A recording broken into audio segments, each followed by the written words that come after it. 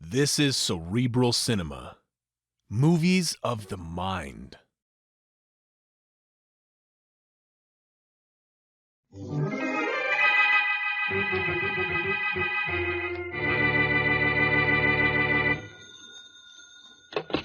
Yes. 600 on Calabash and a fork. Check. Yeah? Yeah. Only 200 on Wise Guy on the first. Yep. And Tommy G Okay. on the third. Round Robin, 150 on Mystic Yes. the second, Yeah, I last got on the you. 5. 1,000 on Howard and the 8 to show. Got it. Check. Right. Okay, 50 on Mallow and the 200 on Calabash and a Yeah. 4, right. I got it. another 100 on Yep. Mystic 500 in on the second Tellway to and the win. 5th. Yeah. About time you guys noticed me. Hey, Carl. Guy at the door has a gun. It's a stick-up. A mask and a gun usually means a stick-up, boys. Don't any of you move till I say it's okay. Keep those hands up in the air. All except you. Me? Yeah, you. Take the money on that table. Brush it into the sack. Come on, hurry. Better do as he says. You're telling me. Hurry it up. Come on. Must be 10,000 there. Sucker money, huh? You're a sucker if you think you're going to live long enough to spend it. I'll spend it, and I'll be back someday for more. Right, come on, you toss that sack over here. Okay. Yeah, catch it. Good boy. You didn't try to throw it in my face. And listen, boys, don't any of you try to follow me out of here or I'll start using this gun. Tough guy, aren't you? All you mugs think you're tough when you got a gun in your hand. Sorry to disappoint you, boys, but I have a reputation for being a gentleman, not a mug. Maybe I ought to tell you who I am. So you know I mean it when I say the first guy to follow me out of here, the first to stop a slug. Yeah. Give us your name, address, and telephone number. We'll give you a tip on a horse someday. Well, I'm just telling you so you know I'll keep my promise about shooting if any of you guys get cute. Here. I'm Boston Blackie.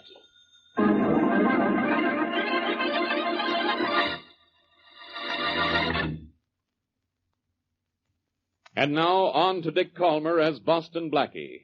Enemy to those who make him an enemy. Friend to those who have no friend.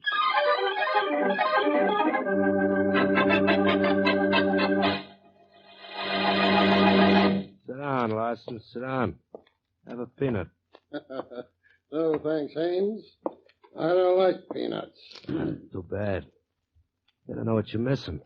Well, you like chairs, don't you? Most fat men do. Take one. Well, if I get much fatter, I'll have to take 2. Yeah, you will.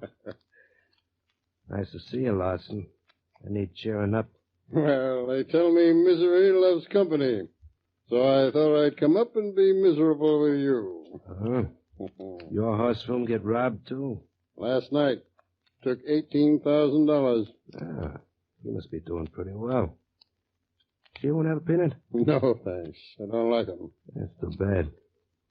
You don't know what you're missing. I know I'm missing $18,000. And that's not peanuts, huh? No. Who held you up? Any idea? Same fellow who robbed your place. Oh, Blackie, huh? Well, he said he was Blackie. But would Boston Blackie really do a stick-up? Why not? Oh, he's too smart for a thing like that. He's not so smart he can find a way to live without eating. He's overboard for charities. That gymnasium he set up for kids must have cost him plenty. And that's only one of the things he's backing. Let's not worry about Blackie. He always does okay. Oh, he's getting so big for his boots he thinks he can get away with holding us up because we're not licensed operators. He knows we can't squawk to the police, so he thinks he's safe. Well, that's really what I come up to see you about. Are we gonna let Blackie get away with robbing us? You kidding? I got plans for Blackie. Big plans. I'll take care of him. Really ought to try a peanut. No. You don't know what you're missing.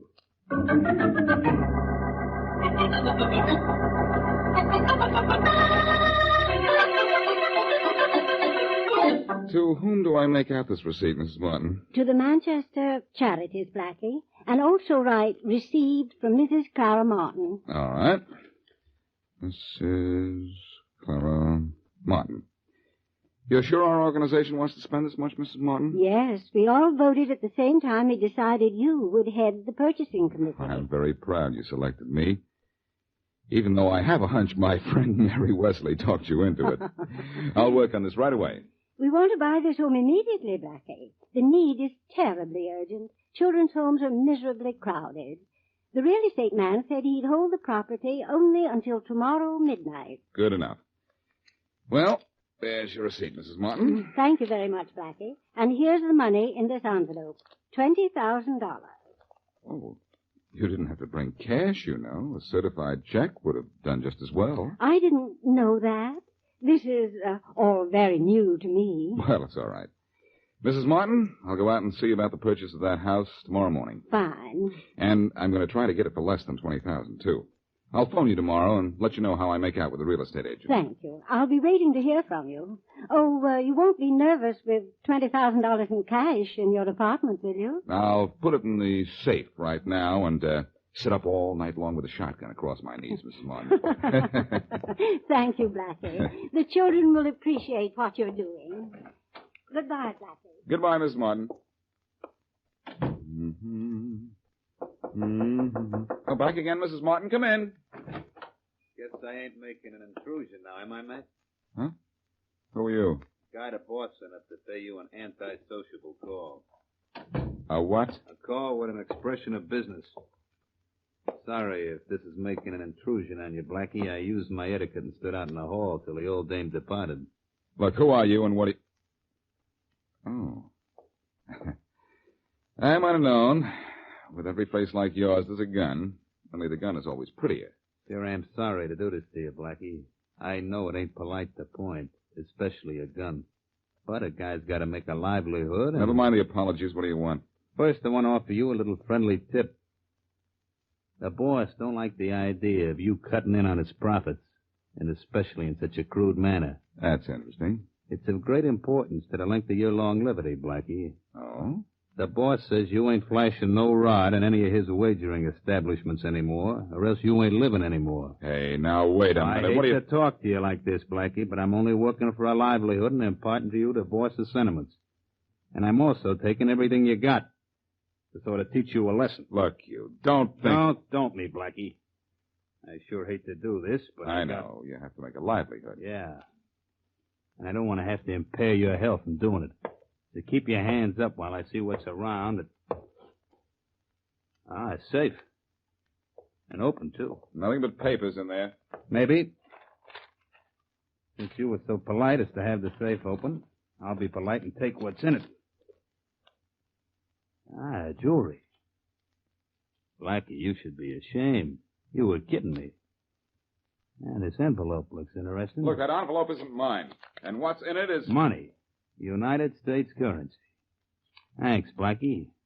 You're extremely generous. Look, take everything else in the apartment, but leave that envelope. That's charity money. It doesn't belong to me. That's right. It belongs to my boss now. You take that money now, and I'm gonna... Blackie, don't get angry. I don't want to be harsh with you.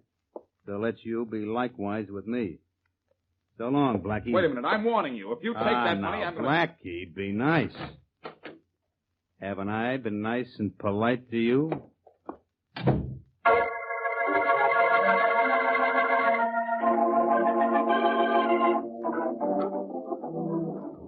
You want more of anything, Blackie?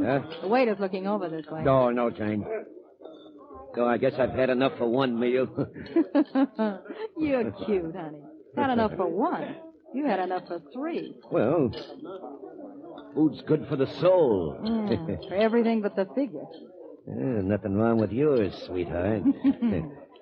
See anything in the shops downtown that was good enough for you? Oh, lots of things, Blackie, but they were all so expensive. Oh, so what? They don't cost a lot. They aren't worth anything at all. Here. Here's a couple of $100. Get started with that. Oh, Blackie, thank you so much. Yeah, I was sure lucky to meet you almost the very day I came to town. You know, after you spoke to me, I still couldn't believe you were Boston Blackie. Why not? Well, you look so different from the pictures I've seen in the newspapers. Oh, those pictures? You don't think I'd let the newspapers get hold of decent pictures of me, do you, baby? I'm not that dumb. Look, baby, I got work to do. Suppose you run on downtown, do a little shopping, and then call me at my apartment, huh? You know the phone number? No, I don't. Well, I'll write it down for you. What time should I call? Late in the afternoon, say about 5. All right. Here's the phone number. If there's no answer, look for me here at mealtime. I always eat here at Londo's. Thanks. What are you going to do today? Gonna be busy. Oh, I see. Doing what the papers say you've been doing? What do you mean? Well, there were a few hints in the columns this week about you and those Horseroom robberies. You don't say. The columns just hinted, Blackie.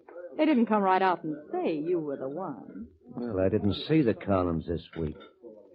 Well, maybe I'll have to catch up on my columns and with a few columnists.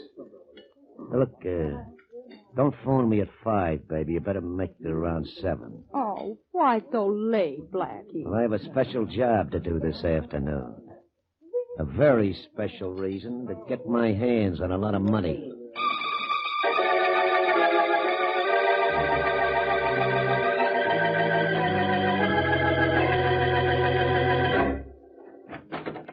The teletype says there's been a Horseroom holdup, Sergeant. Yes, Inspector Faraday. That's why I phoned you. The flash came in a minute ago, and the details are coming in now. Yeah? There's something about Boston Blackie. Blackie, huh? And he yelled he was robbed last night. What does the teletype say? Never mind, I'll read it. It says, betting room, 1119 Elm Street. Robbed at 3:18 this afternoon by masked and armed bandit who got away with an undetermined amount of cash after killing Joey Hester, bookmaker, of same address. The killer escaped, but his identity is known. Before the killing, he boasted that he was Boston Blackie. I can't believe it, Inspector Faraday. You can't, and I don't want to. Well, there's something crazy here. Blackie himself was robbed last night, wasn't he? So he said. And when he said he wanted help, I believed him and had the Detective Bureau investigate. Oh, there's the end of the dispatch, Inspector. It's the end of more than that, Sergeant. I see what's happened. Blackie couldn't wait for the police to find the man who robbed him. That was charity money he lost, $20,000 of it. So he couldn't wait for us to find it. He had to go out and try to get it back by himself. And Blackie really did hold up that bookmaker. Yeah, and killed that bookie. Oh. Sergeant? Yes, sir? This is the hardest thing I've ever had to do. But get on that teletype and send out a flash to pick up Boston Blackie. Dead or alive.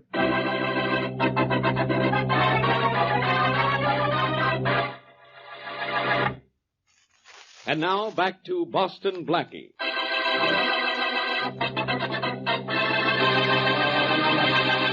A thief who boasts he is Boston Blackie successfully robbed several bookmaking establishments. Afraid to go to the police for obvious reasons, one bookmaker tries to get even with Blackie by robbing him. In the loot taken from Blackie is $20,000, money belonging to a charity for which Blackie has promised to buy a children's home. Following this, another bookmaker is robbed and a bookie killed. The thief again brags that he is Blackie, and Inspector Faraday orders his men to capture Blackie, dead or alive. As we return to our story, Blackie is about to report on the missing money to the charity organization. And now, ladies and gentlemen, here is a report on the purchase of the Manchester Charities Building by Mr. Boston Blackie. One moment, please. One moment. As you know, Boston Blackie has been doing charity work of all kinds on his own, for a great number of years. Now I want him to acquaint you with the work he has done for us. Mr. Boston Blackie. Thank you. Thank you, Mrs. Martin, and ladies and gentlemen.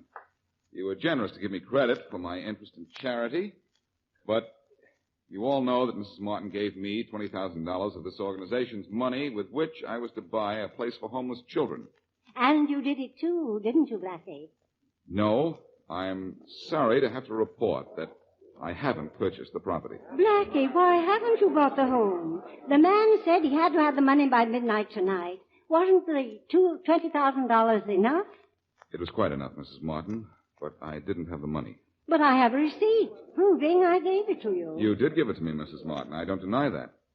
But I don't have the money. It was stolen. But Blackie, the police... The police, Mrs. Martin, don't believe it was stolen from me, I'm sure. In fact, they have other ideas about me. But I have until midnight to buy that house, and I'll have the money by then. Well, you'd better, or we'll be forced to turn you over to the police. Don't bother, Mrs. Martin. If I don't recover that money and buy that house, I'll turn myself over to the police.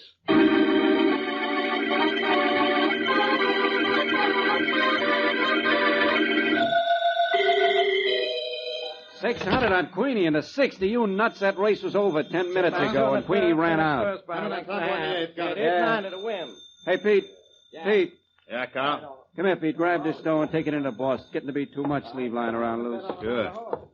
You're having a nice day with the suckers, huh? Every day's a good day as long as there are guys who think they can beat the horses. Get that dough into the boss, huh? Oh, sure. Sorry, I don't mean to be slow, but a lot of money makes me nervous.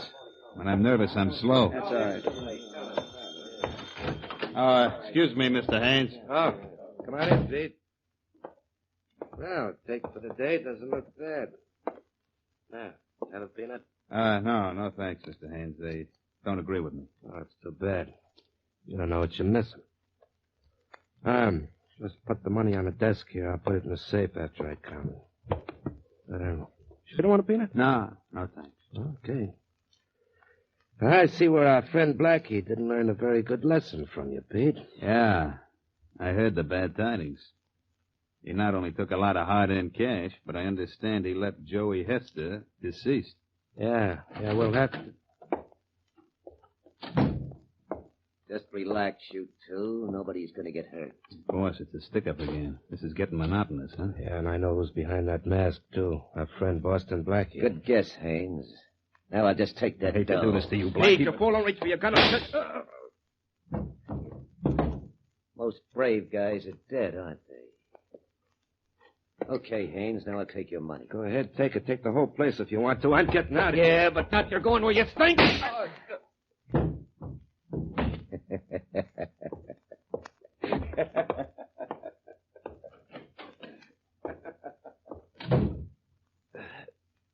The phone. I can only manage to get to the telephone.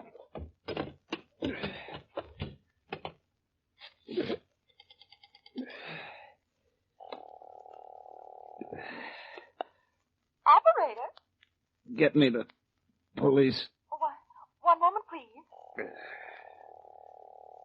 23rd Precinct, Sergeant Sweeney. Sergeant, I've been shot by Boston Blackie. Hello? And all my Hello? life I Hello? tried to be so nice and polite to everybody, too.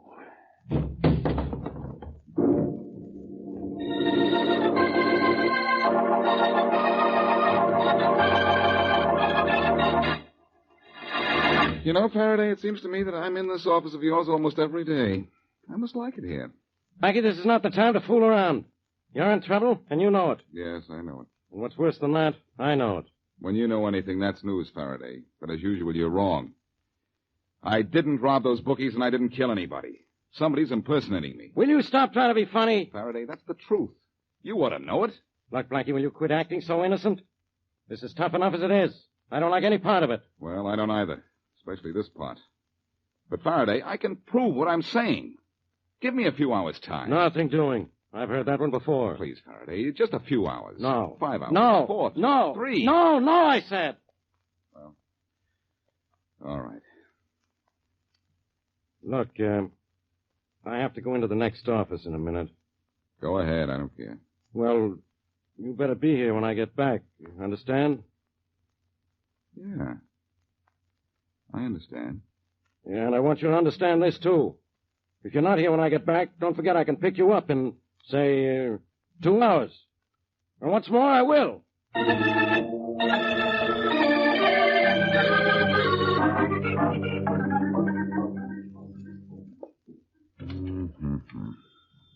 Uh-oh, the phone. Okay.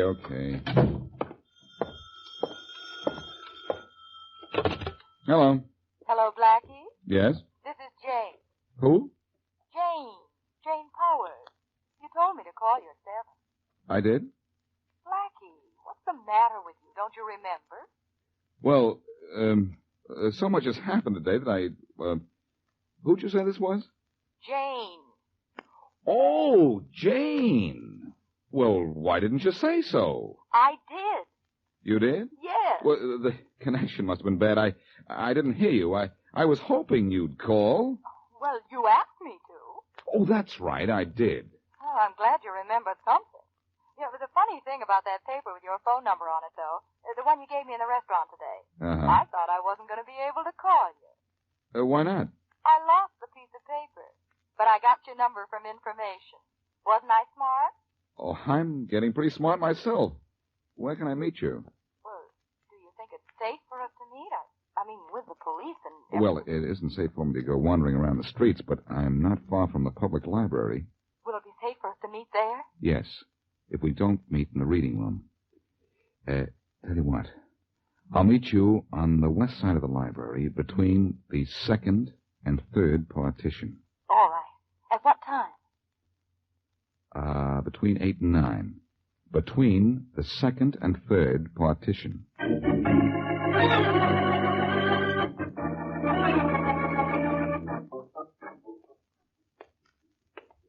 Jane, Yes. How did you know my name? you were supposed to meet Boston Blackie here? You're not Boston Blackie. No, I'm not, Jane. That is, not the Boston Blackie you know. I don't understand. Well, let's say, Blackie sent me to bring you to him. Oh, well, in that case, that's different. Where is he? At home or at the restaurant? Which do you think? Well, he never wanted me to know where he lived. I've always met him at Londo's restaurant. Well, let's go then. But first to a telephone. Telephone? Why? I have to call a friend. A friend named Faraday.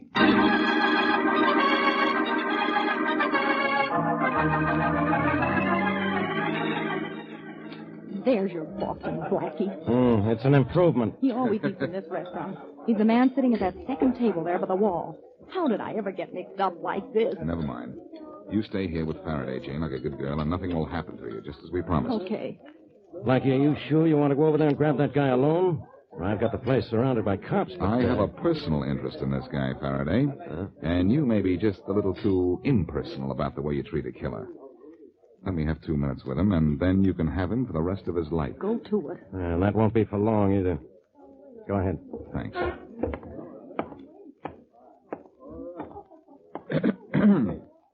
Mind if I sit down at your table? No, go ahead. Thanks. Rather crowded in here, isn't it? Is it? Yeah. You know, your face is rather familiar. Do I know you? No. Oh, but I'm sure I do. I think you know me, too. Never saw you before. No? I'll bet you know my name. Never heard it. Oh, yes, you have. You've used it. Huh? My name is Boston Blackie. That's your name, too, isn't it? What? I don't fall for the table. No, but you fall for this. You mean you will? Oh, yeah, you punk.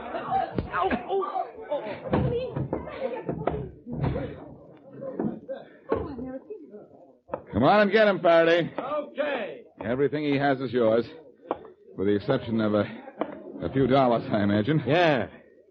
I think he ought to pay his check. Even though he's checked out.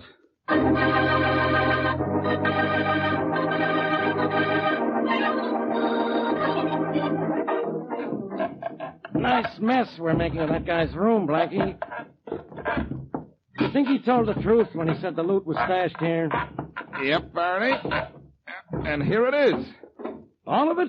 Yeah, we'll have to count it. It'll take hours to do it. Phew, that's some pile of money.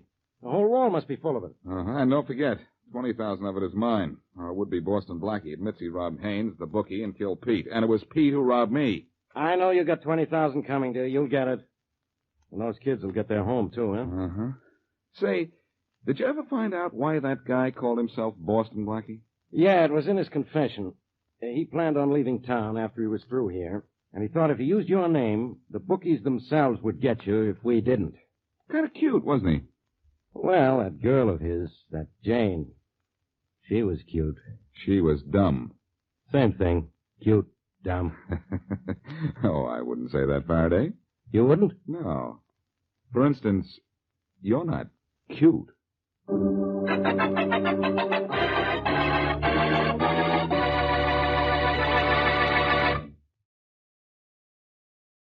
Cerebral Cinema hopes you have enjoyed this movie of the mind.